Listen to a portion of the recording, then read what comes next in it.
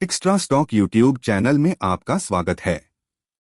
Suzlon energy, Tata power, JSW energy, NHPC, SJVN और CSC यहाँ हैं शेयर कीमतों के टारगेट्स। एनएचपीसी और एसजेवीएन अच्छे स्थिति में हैं और काफी समय के बाद क्षमता विस्तार में वृद्धि देख रहे हैं, जैसा कि जेएम ने कहा। साथ ही यह भी जोड़ा कि सीएससी और टाटा पावर अपनी वृद्धि के लिए नवीकरणीय ऊर्जा क्षमता विस्तार पर ध्यान केंद्रित कर रहे हैं। जेएम फाइनेंशियल ने हाल ही में पावर कंपनियों जैसे Suzlon energy limited, Tata power limited, JSW energy limited, NHPC limited, SJVN limited और सीएससी लिमिटेड को जेएम इंडिया कॉन्फ्रेंसेस 2024 में आमंत्रित किया था और कहा कि प्रबंधन पावर डिमांड और क्षमता विस्तार को लेकर आशावादी है, चाहे वह पारंपरिक स्रोत थर्मल और हाइड्रो हो या नवीकरणीय ऊर्जा। एक पोस्ट इवेंट नोट में जेएम फाइनेंशियल ने कहा कि जबकि क्रियान्वयन में कुछ चुनौतियां हैं, वे इतनी महत्वपूर्ण नहीं हैं कि वे समग्र वृद्धि चक्र को बाधित करें। वर्तमान में एनएचपीसी और एसजेवीएन अच्छे स्थिति में हैं और लंबे समय बाद क्षमता विस्तार में वृद्धि देख रहे हैं, जबकि सीएससी और टाटा पावर अपनी वृद्धि के लिए नवीकरणीय ऊर्जा आरई क्षमता विस्तार पर ध्यान केंद्रित कर रहे हैं।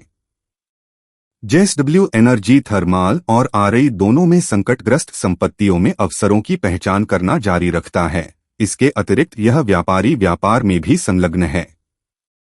सुजलोन एनर्जी क्षमता विस्तार में निरंतर गति को लेकर आशावादी है और व्यापार और भौगोलिक विस्तार के मामले में विविधता के अवसरों का सक्रिय रूप से अन्वेषण कर रही है, उसने कहा। टाटा पावर, जेएम फाइनेंशियल ने टाटा पावर पर बाय रेटिंग दी है और 501 रुपए के टारगेट प्राइस के साथ। ब्रोकरेज ने नोट किया कि टाटा ग्रुप के भीतर कैप्टिव पावर की आवश्यकता कम से कम 10 GW है। कंपनी अब आरई प्रोजेक्ट्स पर अधिक ध्यान दे रही है, जिनकी इक्विटी आईआरआर रिटर्न 17 से 18% हैं। सरकार जल्द ही परमाणु ऊर्जा पर एक घोषणा करने की संभावना है। कंपनी एक छोटा मॉड्यूलर रिएक्टर स्थापित करने के लिए बातचीत कर रही है, जेएम फाइनेंशियल ने कहा। जेएसडब्ल्यू एनर्जी, जेएम फाइनेंशियल ने जेएसडब्ल्यू एनर्जी पर बाय रेटिंग दी है और 791 रुपए के टारगेट प्राइस के साथ। कंपनी के प्रबंधन ने जेएम फाइनेंशियल को बताया कि बैटरी और पीएसपी तकनीकों के बीच कोई प्रतिस्पर्धा नहीं है, दोनों सहअस्तित्व में रहेंगे। 3600 मेगावाट के एस के महानदी में से एक 800 मेगावाट ऑपरेशनल है और शेष का बैलेंस ऑफ प्लांट तैयार है। कंपनी वर्तमान में आरई में अनऑर्गेनिक अवसरों को सक्रिय रूप से देख रही है। सुजलोन एनर्जी, जेएम फाइनेंशियल ने सुजलोन एनर्जी पर बाय रेटिंग दी है और 81 रुपए के टारगेट प्राइस के साथ। उसने कहा कि उद्योग की स्थापना FY25 में 4.6 GW, FY26 में 6-7 GW और FY27 में 8-10 GW होने की संभावना है। वर्तमान ऑर्डर बुक FY26 के भीतर पूरा किया जाएगा, यह कहा गया। साथ ही यह भी जोड़ा कि 5.1 GW ऑर्डर बुक में से 3 GW के लिए भूमि उपलब्ध है। सोलर विद स्टोरेज के साथ पवन ऊर्जा को बदलने का सिद्धांत तकनीकी और वित्तीय दृष्टिकोण से सही नहीं है, जेएम फाइनेंशियल ने कहा। एनएचपीसी, जेएम फाइनेंशियल ने एनएचपीसी पर बाय रेटिंग दी है और 108 रुपए के टारगेट प्राइस के साथ। ब्रोकरेज ने कहा कि कंपनी नवीकरणीय ऊर्जा में विस्तार करने के प्रति उत्साहित नहीं है। वर्तमान आरई परियोजनाओं की रो 6 से 7% है।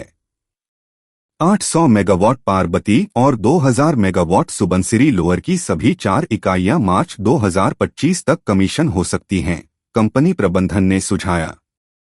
सुबनसिरी परियोजना मई 2026 तक पूरी तरह से कमीशन हो सकती है, जेएम फाइनेंशियल ने कहा। एसजेवीएन, जेएम फाइनेंशियल ने एसजेवीएन पर सेल रेटिंग दी है और 71 रुपए के टारगेट प्राइस के साथ। उसने कहा कि बीकानेर सोलर पार्क कंपनी का सबसे बड़ा सोलर प्रोजेक्ट है, जिसकी क्षमता 1000 मेगावाट है और इसे CY25 में कमीशन होने की उम्मीद है। कंपनी हाइड्रो की तुलना में नवीकरणीय ऊर्जा के प्रति अधिक झुकी हुई है, क्योंकि हाइड्रो में अधिक समय और जोखिम होता है। 1320 मेगावाट बक्सर थर्मल पावर की यूनिट 1 के लिए बॉयलर लाइटअप सफल रहा है और यह यूनिट जनवरी 2025 तक कमीशन हो सकता है। जेम फाइनेंशियल ने सीएससी पर बाय रेटिंग दी है और 206 रुपए के टारगेट प्राइस के साथ। उसने कहा कि कंपनी का कोलकाता व्यवसाय लगभग 7% की दर से बढ़ रहा है। यह FY19 FY32 तक 3.2 GW 10 GW नवीकरणीय क्षमता की उम्मीद करता है। अपने वितरण सर्कल्स के साथ नवीकरणीय परियोजनाओं के एकीकरण से कंपनी को लगभग ₹2 प्रति यूनिट की लागत बचत होगी, जेम फाइनेंशियल ने कहा। यह वीडियो केवल शैक्षिक उद्देश्यों के लिए है। चैनल किसी भी वित्तीय निर्णय या कार्रवाई के लिए जिम्मेदार नहीं है जो सामग्री के आधार पर की जाती है। निवेश निर्णय लेने से पहले हमेशा एक पेशेवर वित्तीय सलाहकार से परामर्श करें।